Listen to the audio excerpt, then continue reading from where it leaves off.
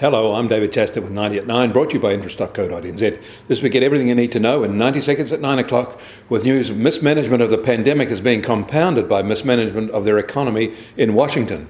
For the US government, it has been another disastrous financial performance in June, recording an $864 billion deficit for the month. That takes the result of the past 12 months to a deficit of just a fraction under $3 trillion, or 13.5% of their GDP. It is the worst deficit in recorded history, and it is double the previous peak reached in December 2009, when only 10% of GDP was recorded. The latest New York Fed survey of consumer expectations shows they are less optimistic about earnings growth, income growth, and job-finding expectations compared with the period before the COVID-19 outbreak. Expectations for inflation are lower at 2.7%. One place where inflation is rising, and quickly, is India, where it's jumped up to over 6% in June. Also rising against expectations is the iron ore price, now over $106 a tonne, and near its recent high of a year ago. In China itself, what is rising sharply are floodwaters, especially in southern China.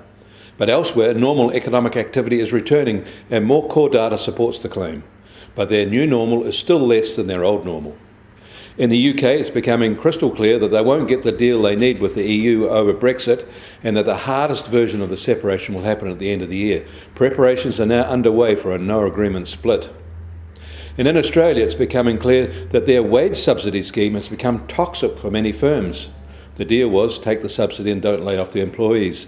However, business hasn't returned for many, so that they can't survive with the old payroll. It now turns out that vacation pay has to accrue during the subsidy period, so firms who couldn't pay before the subsidy are now bankrupt. The effect will be widespread and fierce. New rolling lockdowns are the last straw for many. The US Treasury 10-year yield is holding at 0.64%. The gold price is up today, up by $9 to now $1,808 an ounce. And oil prices are holding unchanged today, then just over $40.50 a barrel in the US, and the international price is still just on $43 a barrel. But the Kiwi dollar is marginally softer, just on 65.7 US cents. And we've been following the greenback down, so that means in the cross rates we're a half a cent lower at 94.2 Australian cents. Against the euro, we're down a half a cent as well to 57.8 euro cents. And all that means that our trade weight index has fallen to 70.2.